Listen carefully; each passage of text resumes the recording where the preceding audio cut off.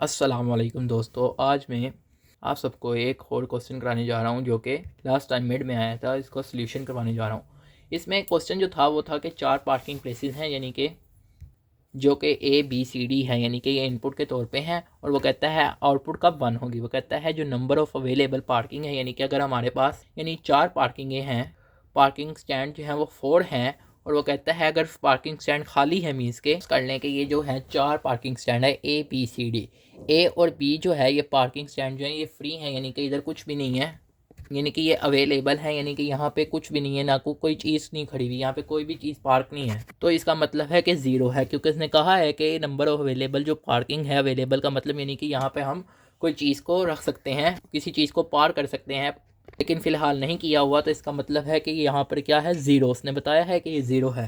फ़र्ज़ करें कि ए और बी पर कुछ भी नहीं है, ये यहाँ पे फ्री है स्टैंड, यहाँ पर हम ज़ीरो लिख देंगे। और वो कहता है जो रिज़र्व पार्किंग है, फ़र्ज़ करें सी और डी पर यहाँ पर कोई कार या कोई बाइक पार्क है, खड़ी हुई है, यानी कि यहाँ पर रिज़र्व हुई है, यानी ये पार्किंग रिज़र्व है, जिसे उसने कहा है कि हम 1 से डिनोट करेंगे। तो वो कहता है कि जो अवेलेबल पार्किंग है ना, वो ग्रेटर देन हो या इक्वल हो रिज़र्व पार्किंग है, यानी कि ये ज़ीरोज़ की तादाद है, ये 1 की तादाद की या तो बराबर होनी चाहिए या ज़ीरोज़ की तादाद बड़ी होनी चाहिए 1 की तादाद से, तभी हमारी आउटपुट जो है वो 1 आएगी।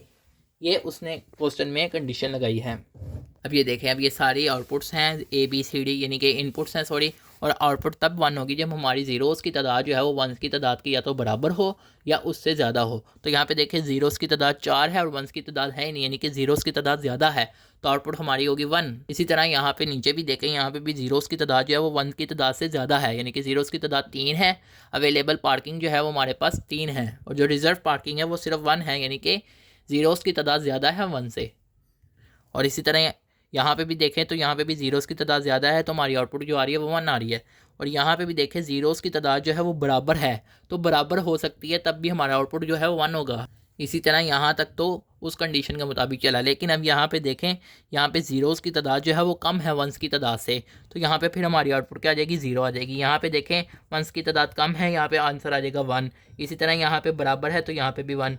यहाँ पे भी बराबर है 1 की तादाद, 1 2 2 वंस की तादाद है और 2 ही ज़ीरोज़ की तादाद है। यहाँ पे देखें वंस की तादाद ज़्यादा है, ज़ीरोज़ की तादाद कम है, तो आंसर 0। इसी तरह यहाँ पे देखें तो यहाँ पे वंस की तादाद बराबर है, तो यहाँ पे हमारी आउटपुट 1। इसी तरह यहाँ पे देखें वंस की तादाद जो है वो ज़ीरोज़ की तादाद से ज़्यादा है, यानी कि ज़ीरोज़ की तादाद कम है, तो हमारे आउटपुट 1 0 आएगा। इसी तरह यहाँ पे भी 0। अब हमने इसका के मैप भी बनाना है, तो यहाँ पे फिर 1 1 लिख लेंगे। जैसा कि जिस जिस सेक्शन में जो है, जिस जिस डेसिमल वैल्यू में 1 आ रहा है, वो उस ब्लॉक में हम यहाँ पर 1 लिख लेंगे। यानी कि जिस तरह 0 वाले में आ रहा है 1, 1 वाले में 1। यहाँ पे आप देखें तो 0 से लेके 6 तक जो है वो 1 1 ही आ रहा है, तो 0 से 6 तक जितने भी ब्लॉक हैं वहाँ पर 1 1 लिख देंगे। और 7 वाले ब्लॉक में 0 था तो 0 लिखा। इसी तरह 8 और 9 वाले ब्लॉक में, 8 9 और 10 वाले ब्लॉक में 1 1 है, तो वहाँ पे 1 1 लिख देंगे। और 11 वाले ब्लॉक में 0 है और 12 वाले ब्लॉक में 1 है, तो उस तरह लिख देंगे। और बाकी जगह जिस तरह 13 14 और 15 में जो है वो 0 0 है, तो यहाँ पे फिर 13 14 और 15 में 0 0 लिख देंगे। अब ये लिख लिया। अब इसके बाद हम वंस की लूपिंग करेंगे। देखें सबसे बड़ा वंस का लूप कैसे बनता है। हमारे 2 वंस के भरे लूप तो ये बनते हैं, लेकिन अभी भी ये 1 अनकवर है, तो इस 1 को अनकवर करने के लिए ये भी एक सबसे बड़ा लूप बन सकता है, तो इसे भी बनाएंगे। इसी तरह हमारा ये 1 भी अनकवर है, ये 1 भी अनकवर है, तो इसे कवर करने के लिए अगर हम देखें तो ये इस तरह फोल्डिंग लूप भी एक सबसे बड़ा लूप बन सकता है, इधर उसे भी बना लिया। और उसके बाद ये देखें अभी भी ये 1 अनकवर है, तो इसका भी एक लूप बना लेंगे ऐसे।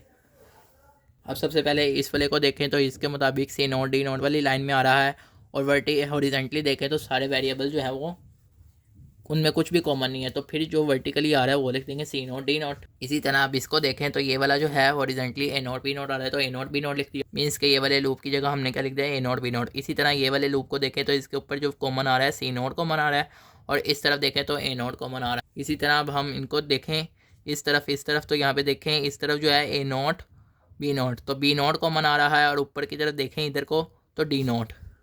इसी तरह अब ये रह गया, तो इसको भी देखें तो ये जो है सी डी नोट वाली लाइन में आ रहा है, और इस तरफ जो वेरिएबल कॉमन है वो ए नोट है। ये हमारी एक्सप्रेशन निकल आई और ये हमने निकालनी थी। ये हमारी पार्किंग स्टैंड का जो रूल था उसके मुताबिक ये हमारी सिंप्लीफाइड एक्सप्रेशन थी।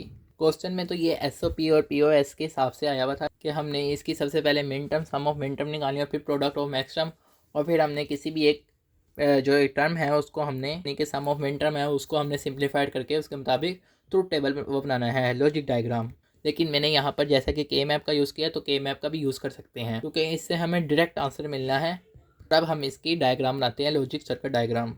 तो अब सबसे पहले देख लेते हैं सी नोट डी नोट है, तो सी नोट डी नोट को बनाएंगे, यानी कि सी नोट और डी नोट को हमने किससे जोड़ना है, एंड गेट से, तो एंड गेट से जोड़ देंगे। तो सी नोट डी नोट बन गया। इसी तरह यहाँ पे देखें आगे ए नोट बी नोट है, तो ए नोट बी नोट को एंड गेट से जोड़ेंगे, यानी कि इसी तरह आगे ए नोट सी नोट है, तो ए नोट सी नोट को जोड़ देंगे।